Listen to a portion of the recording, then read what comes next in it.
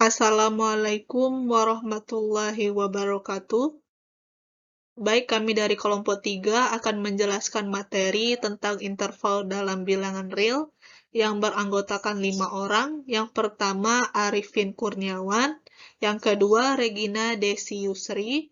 Yang ketiga, Ririn Rizkianti Meisi. Yang keempat, Serli Wahyuni. Yang kelima, Silviana Ekasari Asmar. Yang kami hormati kepada dosen pembimbing analisis real, yaitu Ibu Dr. Arnelis MSI. Baik, kami dari kelompok 3 akan langsung saja menjelaskan tentang materi interval dalam bilangan real. Yang pertama akan dijelaskan oleh saya sendiri mengenai definisi yang berkaitan dengan interval dalam bilangan real.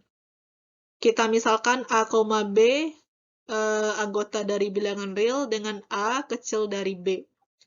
Akan berlaku yang pertama, himpunan X elemen real, di mana A kecil dari X kecil dari B disebut sebagai interval terbuka di bilangan real yang akan ditulis dengan A, B menggunakan kurung biasa. Maksud dari kurung biasa ini memiliki makna di mana A, B ini tidak termasuk anggota dari X, maka menggunakan penulisannya menggunakan kurung biasa. Titik A dan B ini akan disebut sebagai titik ujung pada interval.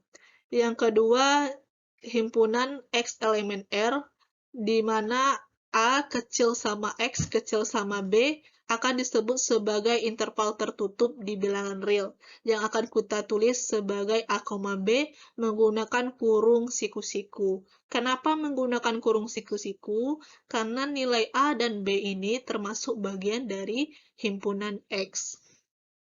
Yang ketiga, himpunan X elemen R, di mana A kecil sama X kecil B, dan himpunan X elemen R, di mana A kecil dari X kecil sama B. Nah, masing-masing ini disebut juga sebagai interval terbuka di R, dan masing-masing dapat kita tuliskan. Untuk bagian yang pertama, karena A kecil dari X dan kecil B, di mana A ini merupakan anggota dari X, sedangkan B bukan anggota dari X, maka penulisannya A, B dengan A-nya di bagian A menggunakan kurung siku-siku dan B menggunakan kurung biasa. Dan untuk yang kedua, tadi A kecil dari X kecil sama B. Nah, berarti kalau menggunakan kecil sama B, bagian B ini masuk nilainya ke dalam himpunan X. Sedangkan yang A tidak termasuk ke dalam himpunan X.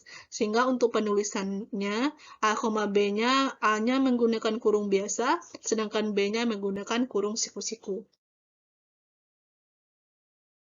Baik, kita lanjut. Yang keempat itu bilangan positif B kurang A. Akan disebut sebagai panjang interval dari A, B kurung biasa, A, B kurung siku-siku, A, B, di mana A-nya merupakan interval tertutup, sedangkan B-nya terbuka, dan A, B, di mana B-nya merupakan interval tertutup, dan A-nya interval terbuka. Terus yang kelima, interval A, B, interval terbuka, A, B, interval tertutup, A, B, A-nya tertutup, B-nya terbuka, dan A, B, A-nya terbuka, B-nya tertutup. Sehingga disebut juga sebagai interval terbatas di bilangan real. Yang keenam, himpunan X elemen R, di mana X-nya besar dari A. Dan X elemen R, di mana X-nya kecil dari B. Ini akan disebut sebagai interval terbuka tak terbatas. Dan masing-masing kita dapat tulis A, tak terhingga, dan B, negatif tak hingga, B. Yang ketujuh, himpunan X elemen R, di mana X-nya besar sama A, dan X elemen R, di mana X-nya kecil sama B, akan disebut sebagai interval tertutup tak terbatas, dan masing-masing dapat kita tuliskan. Untuk yang bagian pertama, untuk X besar sama A, kita tulis sebagai A, tak hingga, di mana A-nya menggunakan kurung siku-siku, dan tak hingganya kurung biasa. Dan yang kedua, X kecil sama B, kita tulis dengan negatif tak hingga, B-nya karena masuk nilainya ke X, maka menggunakan kurung siku-siku, sedangkan negatif tak hingga menggunakan kurung biasa. Yang kedelapan, himpunan semua bilangan real ini dapat kita tulis sebagai negatif tak hingga sampai tak hingga menggunakan kurung yang biasa, karena bilangannya tidak diketahui. Nah, catatan. Untuk interval terbuka A, itu akan sama dengan himpunan kosong. Sedangkan interval tertutup A, ini akan sama dengan himpunan A. Dan tak hingga sampai negatif tak hingga itu bukan merupakan bilangan real.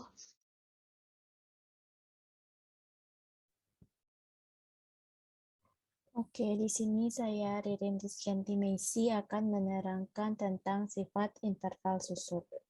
Sifat interval susut ini juga disebut dengan state interval property, yaitu jika IN sama dengan AN, BN, N anggota bilangan asli, interval tertutup terbatas, dan IN superset IN tambah 1 untuk setiap N anggota bilangan asli, atau disebut juga dengan interval susut. Maka, irisan dari N sama dengan 1 sampai tak hingga IN tidak sama dengan himpunan kosong, yaitu terdapat XI anggota bilangan real sedemikian sehingga XI anggota bilangan IN untuk setiap N anggota bilangan asli.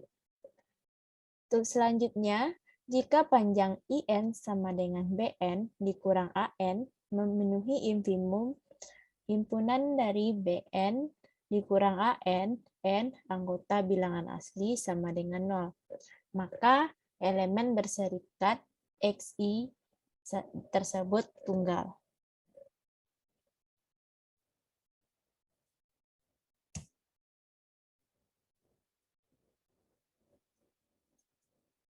Selanjutnya yaitu untuk pembuktian dari sifat interval susut ini, yaitu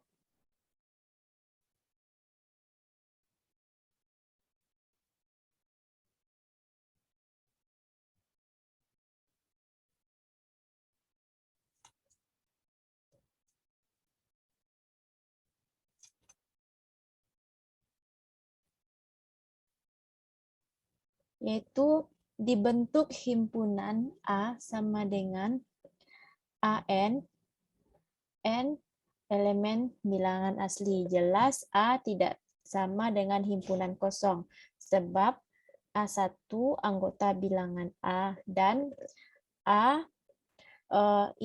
himpunan dari bilangan real. Himpunan A terbatas ke atas, sebab IN superset IN tambah 1 untuk setiap N anggota bilangan asli, sehingga diperoleh AN kecil dari BN untuk setiap N anggota bilangan asli, yang berarti B1 batas atas dari A. Dengan menggunakan sifat lengkap bilangan real, maka supremum A ada, yaitu terdapat XI elemen bilangan real sedemikian sehingga XI sama dengan supremum A. Jadi jelas bahwa AM kecil sama XI untuk setiap M elemen dari bilangan asli berlaku. AM kecil dari A, N tambah M kecil dari B, N tambah M kecil dari BM atau AN kecil dari BM. Hal ini berakibat supremum himpunan dari AN, N anggota bilangan asli kecil dari BM atau XI kecil sama dari BM. Karena AM kecil sama dari XI dan XI kecil sama dari BM, maka diperoleh AM kecil sama dari saya ulangi, XI besar sama dari AM, kecil sama dari BM untuk setiap M elemen bilangan asli. Berarti XI elemen IN sama dengan AN, BN untuk setiap N elemen bilangan asli, sehingga XI elemen irisan N sama dengan 1 sampai tak hingga IN. Untuk selanjutnya yaitu sehingga berakibat irisan dari N sama dengan 1 sampai tak hingga tidak sama dengan himpunan kosong. Jika N infimum anggota himpunan Bn, N anggota bilangan asli, maka dengan cara yang sama diperoleh N anggota IM untuk setiap N elemen N bilangan asli, sehingga diperoleh N elemen irisan N sama dengan 1 sampai tak hingga IN. Jadi akan dibuktikan tunggal yaitu N sama dengan XI. Jadi diambil sembarang epsilon besar dari 0 jika infimum himpunan Bn dikurang AN, N anggota bilangan asli sama dengan 0. Maka terdapat N0 anggota bilangan asli sehingga 0 kecil sama N dikurang XI kecil sama BN0 dikurang AN0 kecil dari epsilon, atau 0 kecil dari N kurang XI kecil dari epsilon. Karena berlaku untuk sebarang epsilon besar dari 0, maka N dikurang XI sama dengan 0 atau N sama dengan X1. Jadi terbukti bahwa N sama dengan XI anggota irisan dari N sama dengan 1 sampai tak hingga IN tersebut tunggal.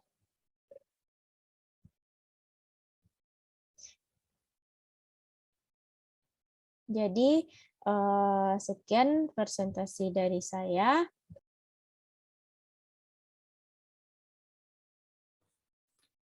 Baiklah, saya Silviana Eka Sari Asmar akan menjelaskan tentang definisi 1.5.4. Definisinya yaitu misalkan infinite N beranggotakan 1, 2, 3 sampai dengan N, di mana N elemen dari bilangan asli. Yang pertama, dua himpunan A dan B dikatakan ekuivalen atau ditulis dengan A ekuivalen B jika ada fungsi bijektif yang memetakan antara A ke B. Fungsinya itu yaitu fungsi 1, 1. Atau ada korespondensi satu-satu antara anggota A dengan anggota B. Yang kedua, suatu himpunan disebut tak berhingga atau infinite jika himpunan tersebut ekuivalen dengan salah satu himpunan bagian sejatinya. Yang ketiga, suatu himpunan disebut berhingga atau finite jika himpunan tersebut ekuivalen dengan anggota infinite N. Yang keempat, suatu himpunan D disebut denumerable jika D ekuivalen dengan N. Denumerable di sini artinya yaitu yang memetakan fungsi satu-satu. Yang kelima, suatu himpunan disebut terhitung atau kontabel jika himpunan tersebut berhingga atau denumerable. Yang keenam, suatu himpunan disebut tak terhitung atau akuntabel jika himpunan tersebut tak berhingga dan non-denumerable. Contoh, yang pertama yaitu misalkan A beranggotakan 1, 2, 3 dan B beranggotakan A, B, C, maka A ekuivalen B. Yang kedua, misalkan fungsi A memetakan ke C dengan C beranggotakan W, X, Y, Z, maka A tidak ekuivalen dengan C. Contohnya yang pertama, himpunan A beranggotakan 1, 2, 3, himpunan ini berhingga. Yang kedua, N beranggotakan 1, 2, 3, dan seterusnya. T beranggotakan 2, 4, 6, dan seterusnya elemen dari bilangan asli, di mana fungsi ini memetakan dari N ke T. dan fungsi Fn sama dengan 2N. Jadi N tak berhingga dan T juga tak berhingga. Catatannya yang dapat kita ambil yaitu jika himpunan A terhitung, maka A dapat disajikan sebagai berikut. A sama dengan X1, X2, X3, dan seterusnya dengan syarat XI tidak sama dengan XJ, untuk I tidak sama dengan J. Contohnya, yang pertama yaitu himpunan kosong terhitung berhingga. Yang kedua, himpunan N terhitung tak berhingga. Yang ketiga, himpunan A yang beranggotakan 1, 2, 3 terhitung berhingga. Yang selanjutnya yaitu teorema 1.5.5, di mana bunyi teoremanya himpunan I dengan interval 0, 1 tak terhitung. Bukti, andaikan I terhitung, maka dapat ditulis dengan I sama dengan X1, X2, X3, sampai dengan Xn, dan seterusnya. Dikonstruksikan barisan interval tertutup, terbatas, susut, dan infimum Bn dikurang An, di mana N elemen dari bilangan asli sama dengan 0. Interval I 01 dibagi menjadi 3 sama panjang, yaitu yang pertama 0 dan 1/3, yang kedua 1/3 dan 2/3, dan yang terakhir yaitu 2/3 dan 1. Sekian presentasi dari saya ucapkan terima kasih.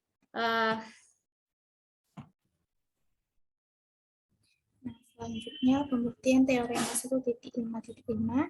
Nah, titik X1 elemen I termuat dalam paling banyak 2 subinterval. Pilih subinterval yang tidak memuat X1. Namakan I1 sama dengan A1, B1. Jadi, X1 bukanlah elemen I1. Selanjutnya, I1 dibagi menjadi 3 sama panjang, yaitu A1, A1 tambah 1/9, A1 tambah 1/9, A1 tambah 2/9, dan A1 tambah 2/9, B1. Kemudian pilih subinterval yang tidak memuat X2, namakan I1 sama dengan A2, B2. Jadi X2 bukanlah I2. Jika proses diteruskan, diperoleh barisan interval tertutup terbatas I1 superset I2, superset I3, superset sampai superset IN dengan infimum Bn kurang An. N elemen bilangan asli sama dengan infimum 1/3 N. Nah, menggunakan sifat nested interval, maka terdapat dengan tunggal Y elemen himpunan N sama dengan 1 sampai tak hingga IN, berarti Y elemen I yaitu Y sama dengan Xn untuk suatu N elemen bilangan asli. Nah, akibatnya Xn elemen himpunan N sama dengan 1 sampai tak hingga IN yaitu Xn elemen IN, sedangkan dari konstruksi diperoleh Xn bukanlah himpunan IN. Timbul kontradiksi, yang benar adalah I sama dengan 0,1 tak terhitung, sehingga bilangan real juga tak terhitung.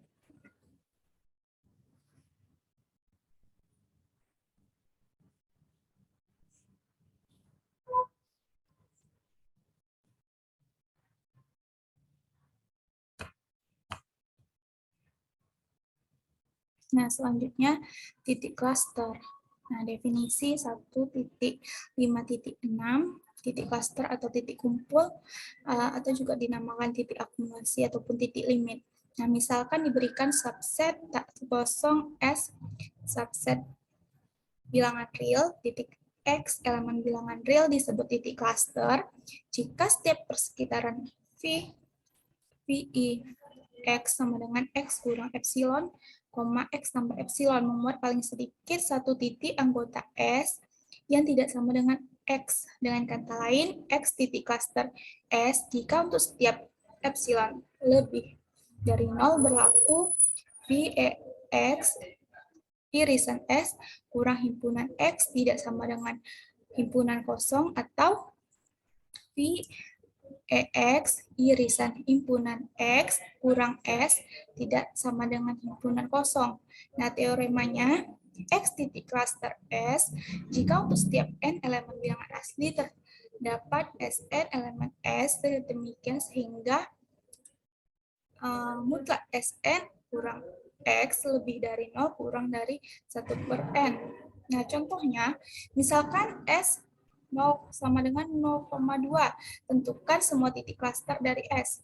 Nah, kita selesaikan, ambil epsilonnya itu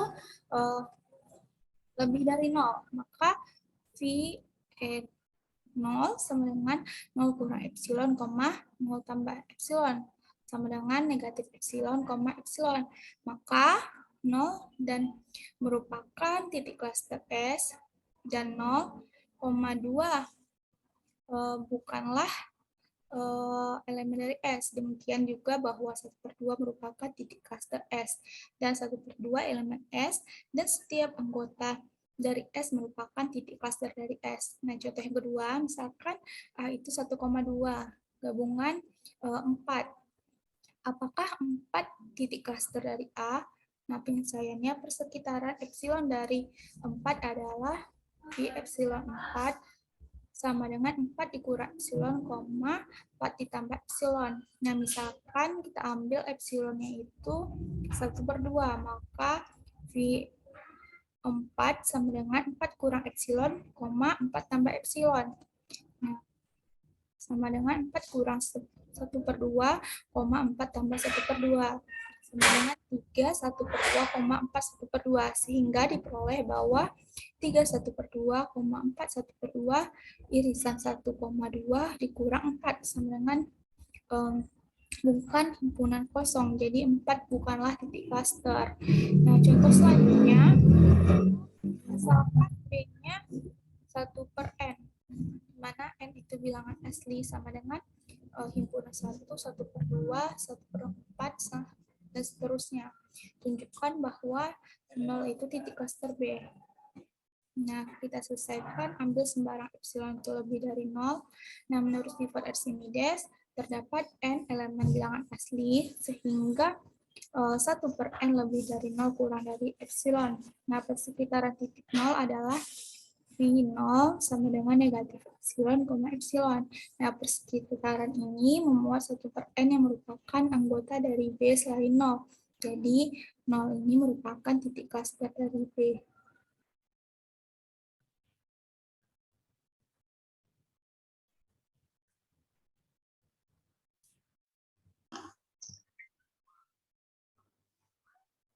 Assalamualaikum warahmatullahi wabarakatuh. Saya Arifin Kurniawan. Saya akan mempresentasikan mengenai teorema Bolzano-Weierstrass. Yang pertama adalah bunyi teorema Bolzano-Weierstrass, yaitu setiap subset R yang tak berhingga atau infinite dan terbatas mempunyai paling sedikit satu titik klaster. Buktinya, diberikan sembarang subset S subset dari R tak berhingga dan terbatas. Karena S terbatas, maka terdapat interval I1 sama dengan A, B dengan panjang L I1 sama dengan B kurang A. Kemudian I1 dibagi menjadi dua bagian, yaitu A tambah B per 2 dan A tambah B per 2, B. Karena S tak berhingga, maka salah satu interval tersebut memuat tak hingga banyak titik anggota S. Sebab apabila keduanya memuat berhingga banyak anggota S, maka berarti himpunan S berhingga. Selanjutnya beri nama bagian yang memuat tak berhingga banyak titik anggota S dengan I2. Panjangnya yaitu L I2 sama dengan B kurang A. Selanjutnya I2 dibagi menjadi dua bagian seperti langkah sebelumnya. Maka salah satu bagian memuat tak hingga banyak anggota ke S. Namakan bagian itu dengan I3. Selanjutnya panjangnya L I3 ini sama dengan B kurang A per 2 pangkat 2. Apabila proses diteruskan, maka diperoleh barisan interval susut atau nested, yaitu I1 superset I2, superset I3, seterusnya sampai superset IN, sampai superset IN seterusnya. Menurut sifat interval susut, maka terdapat himpunan N dari 1 sampai tak hingga IN tidak sama dengan himpunan kosong, atau terdapat X elemen himpunan N dari 1 sampai tak hingga IN, maka akan ditunjukkan bahwa X titik klaster dari S. Selanjutnya diambil sembarang epsilon lebih dari 0, maka terdapat N elemen dari N, sedemikian sehingga B kurang A per 2 pangkat N kurang 1 lebih dari epsilon. Dan persekitarannya adalah VEX